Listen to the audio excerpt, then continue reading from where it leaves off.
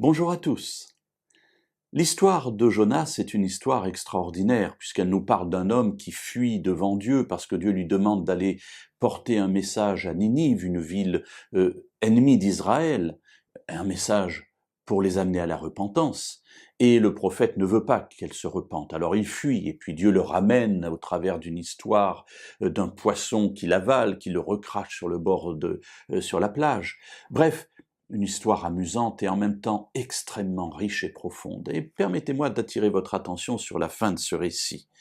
Voilà que Jonas a délivré son message, encore 40 jours et Ninive sera détruite. Or, il se trouve que Ninive se repent.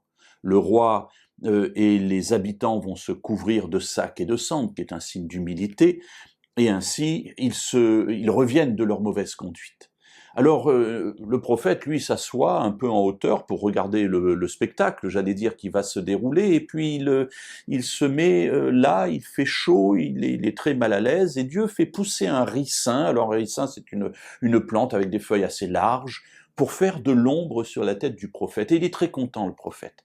Et puis dans la nuit, Dieu fait périr le ricin à cause d'un ver qui va le ronger. Et alors le lendemain, évidemment, le prophète se retrouve à nouveau au soleil, alors il est très fâché. Et Dieu lui dit, est-ce que tu fais bien de te fâcher contre ce ricin? Il dit, oui, je fais bien de me fâcher, voilà, j'en ai assez, il y a du soleil, je suis pas content, enfin bref. Et Dieu va l'interpeller.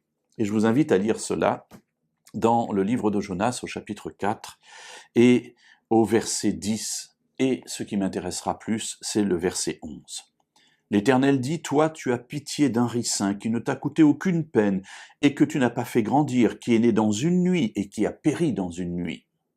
Et moi, je n'aurai pas pitié de Ninive, la grande ville, dans laquelle se trouvent plus de 120 000 êtres humains qui ne savent pas distinguer leur droite de leur gauche et des bêtes en grand nombre.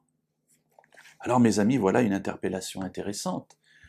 Une échelle de valeur perturbée. Voilà, il a pitié du ricin, il n'est pas content à cause de ce ricin qui est mort, et en fait, il ne pense qu'à une chose, c'est que ces 120 000 personnes qui vivent dans la ville de Ninive soient détruites parce que ce sont des ennemis d'Israël.